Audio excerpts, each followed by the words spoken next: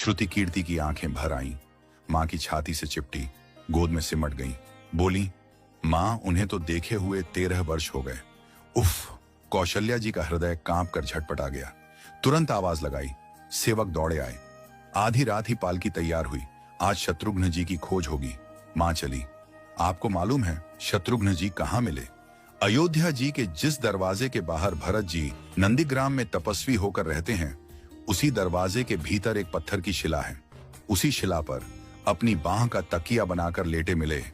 मां सिराहने बैठ गईं, बालों में हाथ फिराया तो शत्रुघ्न जी ने आंखें खोली। मां! उठे, चरणों में गिरे। मां, आपने क्यों कष्ट किया? मुझे बुलवा लिया होता। मां ने कहा, शत्रुघ्न यहां क्यों? शत्रुघ्न जी की रुलाई फूट पड़ी। बोले, मां, भैया राम जी पिताजी की आज्ञा से वन चले गए। भैया लक्ष्मण जी उनके पीछे चले गए। भैया भरत जी भी नंदीग्राम में हैं। क्या ये महल, ये रथ, ये राजसी वस्त्र विधाता ने मेरे ही लिए बनाए हैं? माता कौशल्या जी निरुत्तर रह गई। देखो क्या है ये राम कथा। ये भोग की नहीं, त्याग की कथा है। यहां त्याग की ही प्रतियोगिता चल रही है और सभी प्रथम हैं। कोई पीछे नहीं रहा। चारों भाइयों का प्रेम और त्याग एक दूसरे के प्रति अद्भुत, अभिनव और अलौकिक है।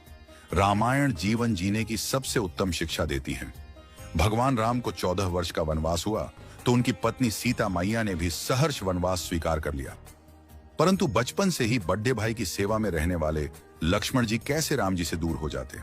माता सुमित्रा से तो उन्होंने आज्ञा ले ली थी वन जाने की, परंतु जब पत्नी उर्मिला के कक्ष की ओर बढ़ रहे थे तो सोच रहे थे कि मां ने तो आज्ञा दे दी, परंतु उर्मिला को कैसे समझाऊंगा, क्या बोलूंगा उनसे?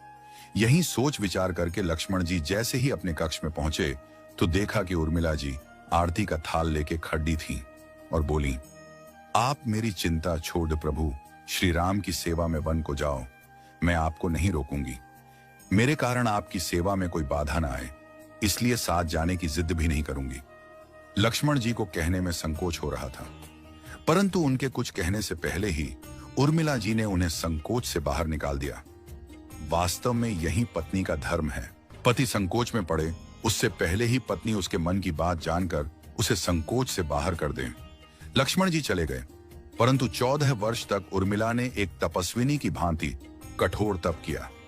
वन में प्रभु श्री राम माता सीता की सेवा में लक्ष्मण जी कभी सोए नहीं, परंतु उर्मिला ने भी अपने महलों के द्वार कभी बंद नहीं किए और सारी रात जाग जाग कर उस दीपक की लौ को बुझने नहीं दिया। मेघनाथ से युद्ध करते हुए जब लक्ष्मण जी को शक्ति लग जाती है और हनुमान जी उनके लिए संजीवनी का पर्वत लेके लौट रहे होते हैं,